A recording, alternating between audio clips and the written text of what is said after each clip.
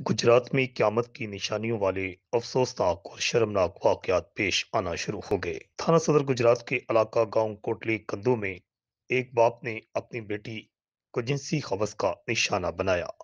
कोटली कंदू में मुकद्दस रिश्ते के तकद्दस की पामाली का शर्मनाक वाकया पेश आया है, जहां पर 14 साल लड़की को उसके घर में जिनसी ज्यादती का निशाना बनाया गया।